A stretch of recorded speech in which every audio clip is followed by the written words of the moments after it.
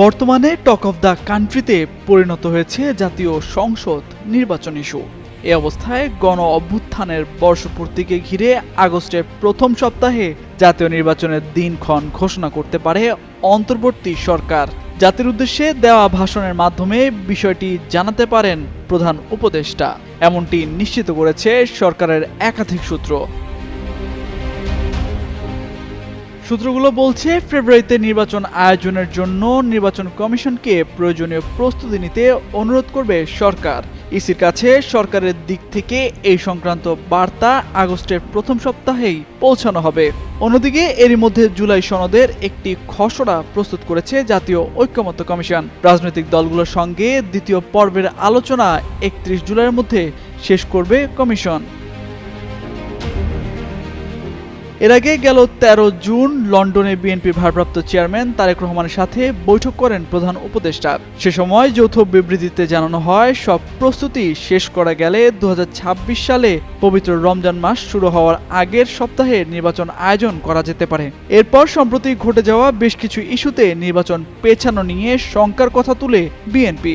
এর মধ্যেই গেল শনিবার ১৪টি রাজনৈতিক দলের সাথে বৈঠকে চলতি সপ্তাহের মধ্যেই নির্বাচনের তারিখ ঘোষণার ইঙ্গিত দেন প্রধান উপদেষ্টা।